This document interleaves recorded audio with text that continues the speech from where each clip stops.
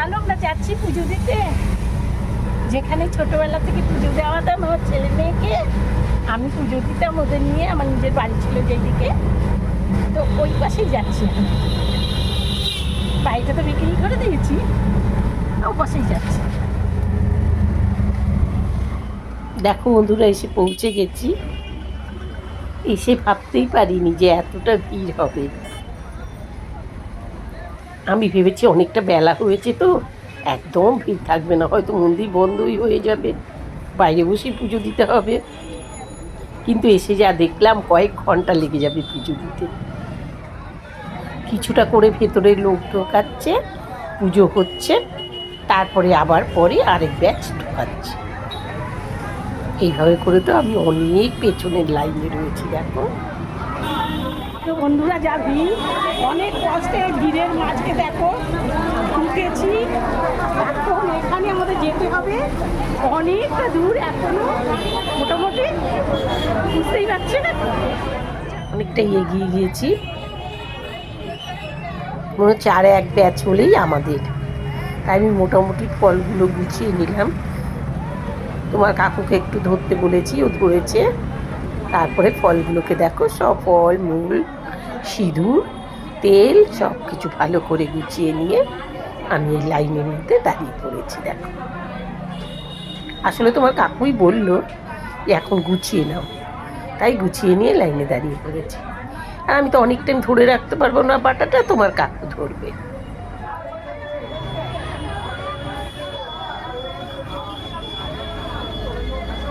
দেখো বন্ধুরা, আজ সেই মন্দিরে যেখানে আমার ছোট্ট দুটো বাচ্চাকে নিয়ে আমি এখানে পুজো দিতে আসি, আর বাচ্চা দুটো এখানে পুজো দিতে আসি। আজ দেখো আমি এই প্রথমবার একা বিপত্তারিণী পুজো দিচ্ছি। কখনো একা দিইনি এ পর্যন্ত জীবনে, এই প্রথমবার একা দিচ্ছি। বাচ্চাগুলোকে সবাইকে ছেড়ে আমি একাই এসেছি পুজো দিতে। এটা আমাদের সবসময় চারটে বাটা হতো, বিয়ে না বিয়ে হয়ে গেল, সাথে ছেলে ছিল, এখন সব আমি একা হয়ে গেছি। এখানে একাই এবার পুজো দিতে এসেছি। তবে ছোটোবেলা এখনও আমার মনে হচ্ছে কি আমার বাচ্চা দুটো ওর সাথে সাথেই আছে, আর ওদের সাথে নিয়েই আমি পুজো দিতে এসেছি। এবার আমাদের পালা পুজো দিতে ঢুকছি।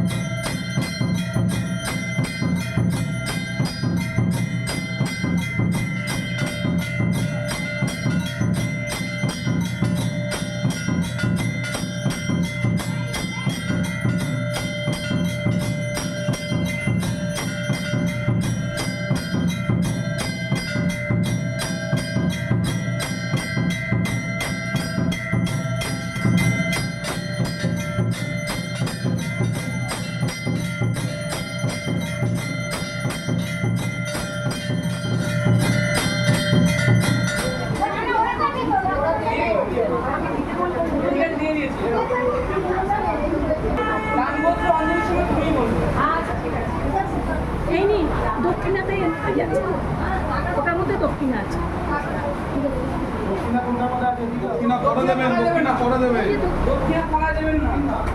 ওই লাল লেবুটার মধ্যে দক্ষিণা আছে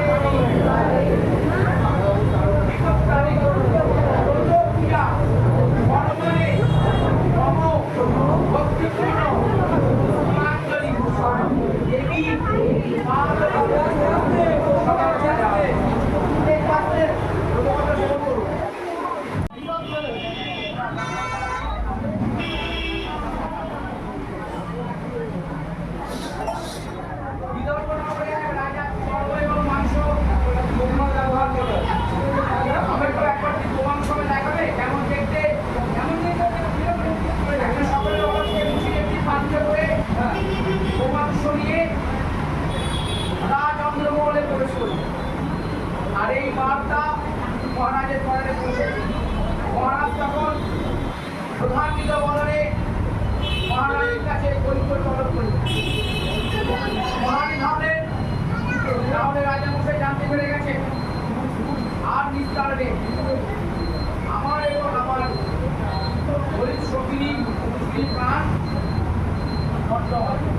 এই ভাবতে ভাবতে মহারানী মূর্ছিত গেলেন আর মূর্ছিত অবস্থায় বিপত্তারী দেবীকে ডাকতে ডাকলেন কাতর কণ্ঠে। মহারানী কাতর কণ্ঠের ডাক জয় জয় দুর্গা বিপত্তারী মাতার আসন টলমল হয়েছিল। হৃদয়ের একটি মুক্তিকার রূপ ধরে মৌমাছি রূপ ধরে মহারানী চলে বলেন ভয় পেও না বাসা কি মহারাজকে বলে দাও ওই পাত্রে ফল আর ফুল আছে। এই অভয় বাণী শুনে মহারানীর মূর্ছা ভঙ্গ হলো। যখন মহারানী চোখে দেখলে রাজা বসে প্রধান্বিত বললে তার সম্মুখে মহারাজ বলে দেখি কি আছে। মহারাজ দেখলে ওই পাত্র ফল আর ফুলে পরিণত হয়ে রয়েছে। মহারাজ উল্লসিত হলেন আর মহারানীর নির্দেশে বিদর্ভ নগরে আজ পর্যন্ত সেই দেবী বিপত্তারী মায়ের লীলাবতী হয়ে থাকে সমস্ত প্রজাদের মঙ্গল কামনায় বছর বছর মহারাজ পূজা করতেন। সেই কারণে আজ আমরা আমাদের গার্হস্থ্য সকলের বিভিন্ন কামনায় নিরাপদ কামনায় সংঘর্ষ সারা বছর পৃথিবীতে সরঞ্জাম করার জন্য পূজা করে থাকি।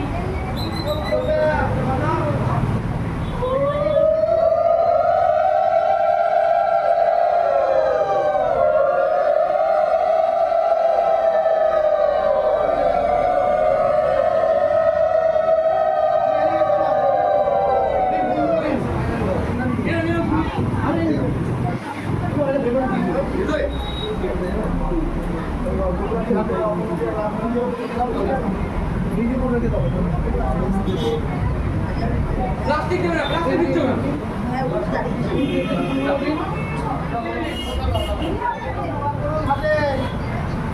দেখে দেখে সামনে চল।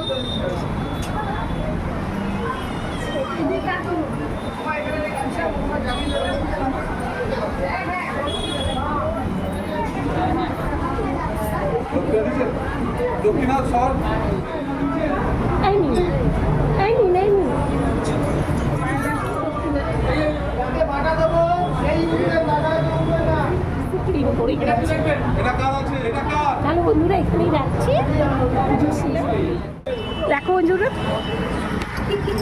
হয়ে যাওয়ার পরেও দাঁড়িয়ে রয়েছি কেন বলো তো? আমাদের অটো কোথায় যেন গেল অটোর ভদ্র, ওনাকে খুঁজে পাচ্ছি না, ওই জন্যে দাঁড়িয়ে আছি। দেখি ওই তো মনে হচ্ছে না একটু মিস করে গেছে। আমরা তো বুক করে এসেছি যেহেতু আপ ডাউন, উনি আমাদের জন্য অপেক্ষা করছিলেন। ইনি নয়, ওনাকে তো দেখতে পাচ্ছি না, উনি আসবে এখানে। তাই এলে পরে তারপরে যাবো। এমনি তো বুঝতে পারছি পুজো করতে করতে লেট হয়ে গিয়েছে। আর তারপরে উনি এখন কোথায় দেখা হবে না তো, চলে গেছে। তো আমরা এখানে এখন দাঁড়িয়ে রয়েছি। দেখো পেছনে এখনো কত লম্বা, আমার পুজো দেওয়া হয়ে গেছে, কিন্তু আরও পুজো দেবে।